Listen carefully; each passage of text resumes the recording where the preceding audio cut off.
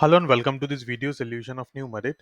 So here you have to write down certain questions regarding friction. The first question, you have to distinguish between the static and the kinetic friction, right? So here we start with static frictional force, right? Uh, it is the force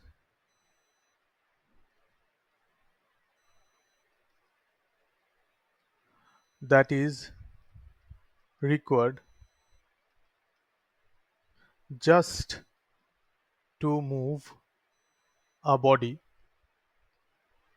from rest on a rough surface, right? So let's say you have got a body at rest. Right. So the small force that is required just to move it is the static frictional force. Right.